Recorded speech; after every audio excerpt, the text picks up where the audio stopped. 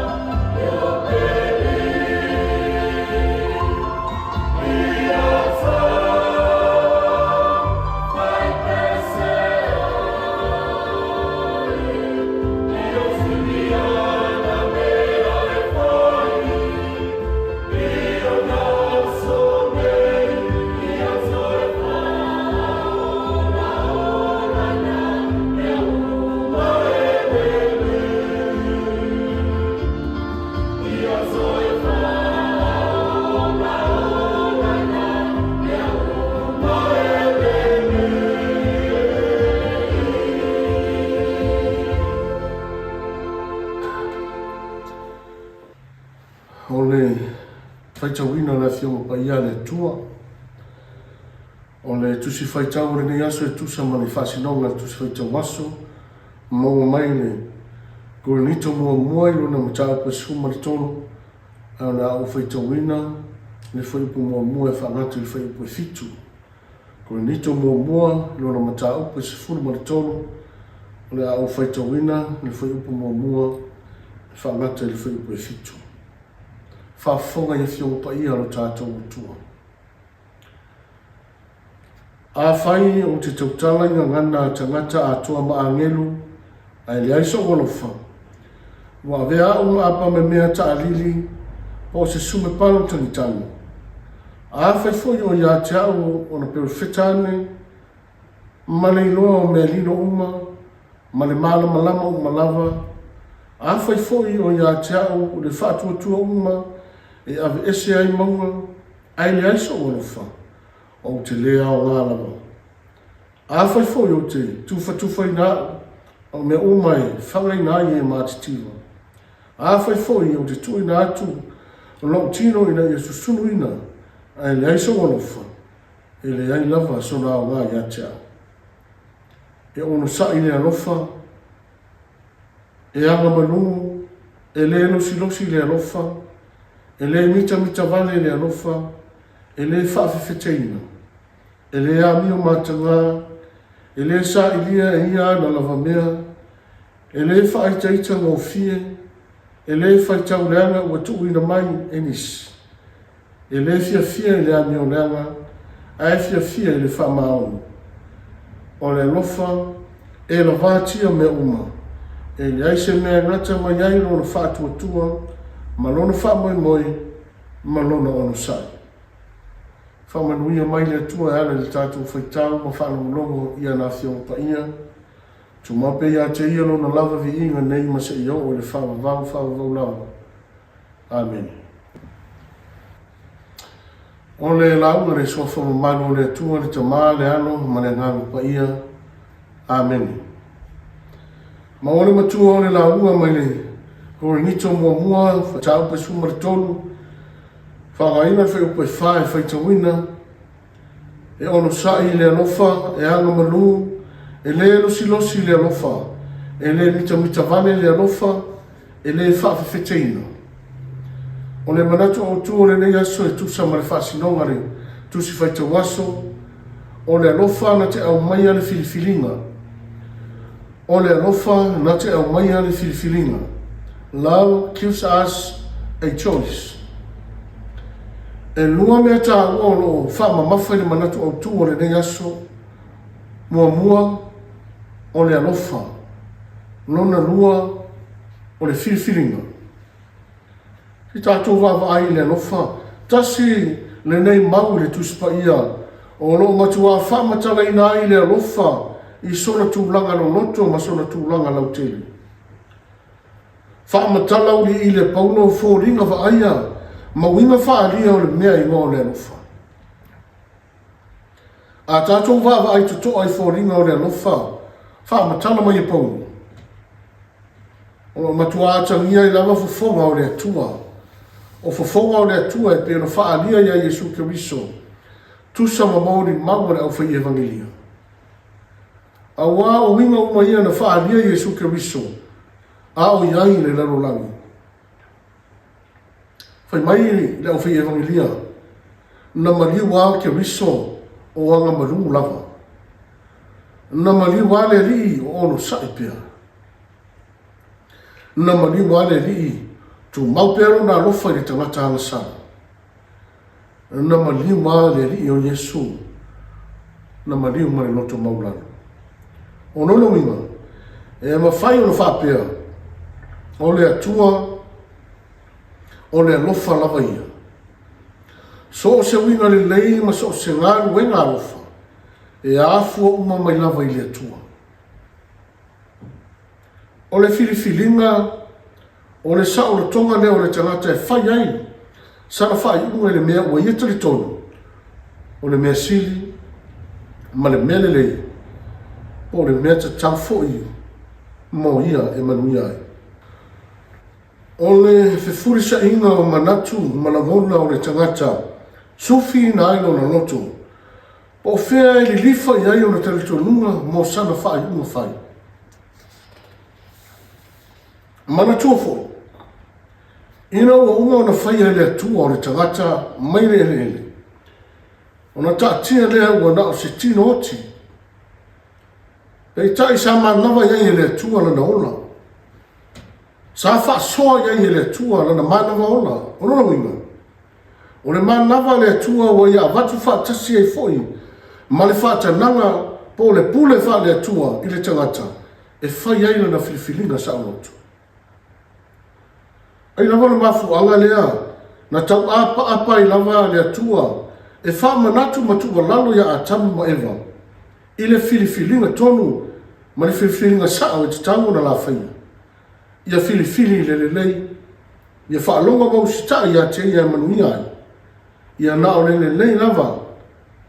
La te iloa ma fia ia. Ai le imoe noa le ti apolo. A wana tono ane foi o ia le po. Ma fa lawi loa, ma fa ilo foi. Le anga la to. Fa iloa le anga i le ua i tangata. Ono amua. Ma ngao i o la mafaufa. Ta alofa i le tangata. Wa o folinga mai wa siri atu le fa lawi loa ale ti apolo. I lala ua fa longo. Ma peise ia iu ina tasi le whaafitinga o manatu malamona. O le ala ua filifili e whai le leanga. Filifili e leu stai le atua. A se filifilinga ua se lava i numa o le atua. Ia o le se mea mawhai. Ua tupu ma ua whaasolo ina malosi le alasala i le lalurani. Ua whaasolo ina ngano lava i tangata le atua. Pei tai, mai lava i le taimi na ngasala i le ua i tangata. Sa tau ma whai mai lava le atua, sa iri se isi awala. Se toi whaafoi atu aina le tangata i ateia. Ma se toi whaafoi le tangata, i le lei atoa na ia whai ai o ia, i le amatanga. Le ima vai le alofa o le atua, mo le tangata wa se sela na filifili. Ia ana whai mai ai o ane. Wa u fa pe lava na lofa mai o le atua le larolani. O ia au mai ai na tali e to tasi ia le fana se tasi e fa tu ia teia. Ai maua ia le ona fa va. Na ai u ina wina mai le atua o na rupeno Yesu Kristo. Se fa tino le lofa sili eselea mo le tangata. Na afio mai se toi o ma toi fa ai lo le tangata. Le filifili ma sao te tau o fai. Na fio mai se toi fa sao le filifili ma se le tangata na fai le amatanga. Ma wanga sala o mai le larolani. Tau o le filifili le lei. Filifili le amiotonu, filifili le atua. Filifili le alofa a wao le atua o le alofa la waia. Samoa le nei Taeao. A wanga atu fo i asa faiva ma fe au i so se vai pano o se fua au na ma le ona tautua. E whapea fo i ni o tātou mātutua o e o lo po le whala mauna le ula. Tua lalo lea le tana le lei mo tātou filifili le lei. Filifili le atua. Filifili vai le alofa. Alofa i le atua, alofa fo i le isi o uso a tangata. O le alofa fa le atua na te au mai le fa i masao, ma se filifilinga le lei e fia iai le atua i le nei aso. Le alofa na te sufi ina la ngona, ma taua na wina o tātou manatu e filifili le amiotonu, ma fai le fina ngano le atua, ma nui aife au le nei aso. O le lofa na te ena, o le lofa na te ino i mea se uma, o le lofa i le fia i ni whainga pio e agi mai. Ma nino le ifa matala ina e Paulo, o fōlinga wa aia o le lofa wha le atua. E mai o no sa i le lofa, e anga manu, e le losi le alofa, e le mita vale le alofa, e le whawhewhetaina le alofa, e le a mio matanga, e le sa ilia e ia ana lava mea, e le whaita mo fie, e le whaitau leanga wa tuuina mai nisi, e le fia i le a mio leanga, ai fia i le whamau. O le alofa i la vātia me uma, e le aise mea ngata mai airo na whaatua, malona wha malona unu sai. Manino le lei. Fō linga mawinga uma nā o le tangata ua sao lana whiriwhiringa. O le atale nā o le tangata ua whiriwhiri e ola i le alofa wha le atua. O le atale nā o le tangata ua whiriwhiri i le atua. Ale mawhai no na ari mai nei ne uma i o tātou o langa. Ono whai mai no neo paulu. Ma tutusa le lei tātou ma se apa me mea ta alili. Tutusa le lei tātou ma se sume palo tangitani. Ea. E e pa o vane, e le aise winga, e mau le taimi, e mau le ola. Ale whai mai paulu, ale ai ia me uma ia tiao, o te lea o alawa. Ia manuia tātou whai ngā whiriwhiringa le nei asu Samoa. Whiriwhiri le alofa wha le atua e manuia ai. O Yesu Keriso, na ia whaia le whiriwhiringa siri o na whai matā, le whiriwhiringa siri o na tīngā, e na ia manatu, o le whiriwhiringa sao lea, ma le whiriwhiringa le leilea ma oe mao, le tangata masana. O le ala lea, na ia whiriwhiri ai, i le alofa tū noa o le sātauru, ina ia ola oe, mao le pāngata, e ala i ona maliu, malona toi tū manu. Ia manuia ona o Yesu. Amen. Sio tātou te tālo. Le tua whawawau e, o whailawa o ema mea mātou tino nofo ai le tūpulanga ma le tūpulanga. O aole whanawa mai maunga le whai oi le laurangi ma le atu laulau. O le tua lava oi mai le wawau e o le whawawau.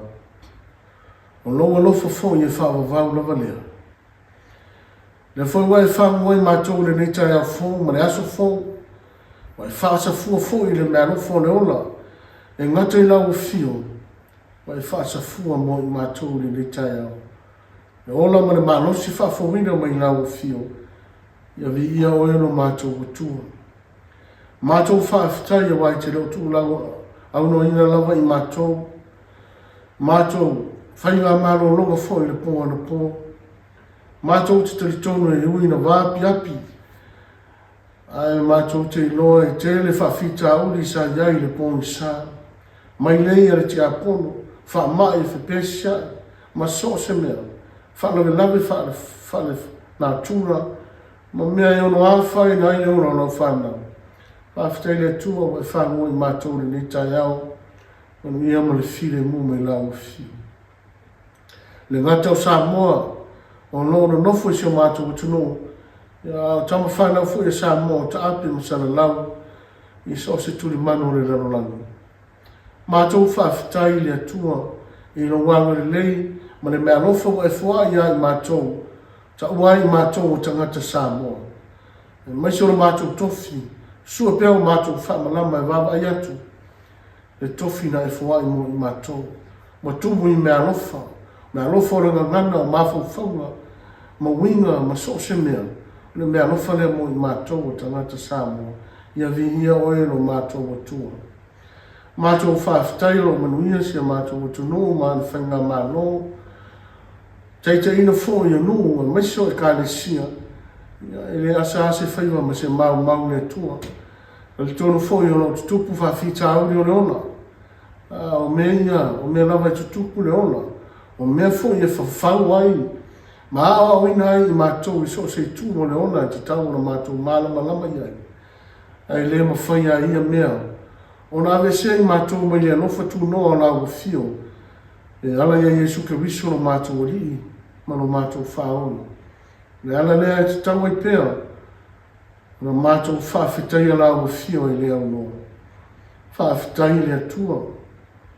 Tapuaiga mau, ana yo mātou o a ingo nuo e kālesia, na wau whainga ruenga o whanau no manunga wa Samoa, ma na whiau ma na ngā ruenga e ngata i lea Samoa ia tunuma mau.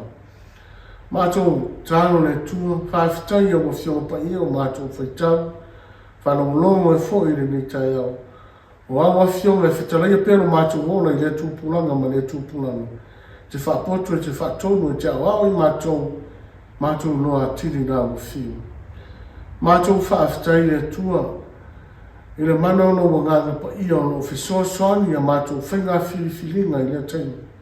Te lea mātou whiliwhilinga ma whaiunga se o le mana ono wanganga whisoa soani i o e tumu musu ma tuwa lalo mo i mātou i le mātou whiliwhili le leia pe o māfu whaunga le leia su. Ora mātou whawhitai siri le tua, i ina wa e whiliwhili, a wina mai no wano pele to tasi, Yesu Keriso se whaile tongi ona, ma ngano ai mātou o tangata ala sanga, tangata o se sea mātou whiliwhilina. E ala e lona maliu ti ngai lungo le sa taunu, ma lona toi tu mainu mālo me le oti ma le tu unga malu. Tu mapere li inga ma whamanu ina oi le tua e whamavau lawa. Mātou whātou e se o uma le tua, te leo mātou se. Te leo mātou whāle tonu, mātou uma te to tasi wa tā unga o Samoa. O le alava, le vaipa noa le ona o mātou o onai, mātou tuai. Mātou te ioe matari tonu, te leo mātou whai unga ma mātou whiliwhilinga se i le aso ma le aso. Mātou te tari tonu fo i le tua, o mātou wala whai mai le ne Taeao, mani whai unga, mani whiliwhilinga se fo i o unga. Le atua alo whai, e no whai whamangano mai i mātou. Whapare mai la o fio. O se e o mai i mātou le atua i mātou loa, o na whiliwhili le mea sao, ma le mea e tusa malo whilangano. Ta pena ni loto fau tonu ia i mātou, i mātou loa o na whiliwhili whatasi ma la o fio. Tālu fo i le atua ia, vele tautu tāua Yesu Keriso, o no mātou o li ma no mātou whaonu. I whaama māma, whaama ngano ai i mātou o nau whāna. Tālu li nei aso, ma le anga inga o whiaunga ngā ruenga, o nau whānau ma no utunu, le atua i taitai tama la o fio i me umu. Māfuta ina i mātou o le mana o no wanganga, ina i mātou whaia whiliwhilinga ma whai unga sao li nei aso. I so se mea o mātou o auna mātou tuai. Ia mātou whiliwhili whatasi ma la o fio. Ia mātou whiliwhili le mea sili, mātou whiliwhili le mea titau, o le mea e whinangano iai la o fio, ai manuia ai lau whanau. Mātou te tāno le atua, anga le lei, i so mātou o tunu, myself, o e o whai ma teitai, ina ia mānawa iai i le ata mai o la o fio i ona teitai le atua. So se vaipa noa le ona, ina ia teitai ina ai Samoa i le manuia, teitai ina i le fili e mo, teitai ina i le anganga o la o fio, a ia fili e tusa, ma no lava finangalo i manuia ai Samoa. Mātou te tano ia le atua whatasi, ma le telo te tano lilo i o mātou loto uma, mātou te tuina atu i la o fio, ina ia whaia pe iai no lava finangalo, e awa lava ni whaia no mātou whatau anau. Anu ia ma le fili e mua o la o fio le atua no mātou tamai, le alofa sirisiri e se Yesu Keriso no mātou ali ima no mātou whaona. Māwhitanga mawhenawhana ma oia nganga pa ia, tu maunei o mātou lunga o manei, manunga o lau whanau whatua tua le larulangi atoa, nei ma se ia o le whaavavau e whaavavau lava. Amen.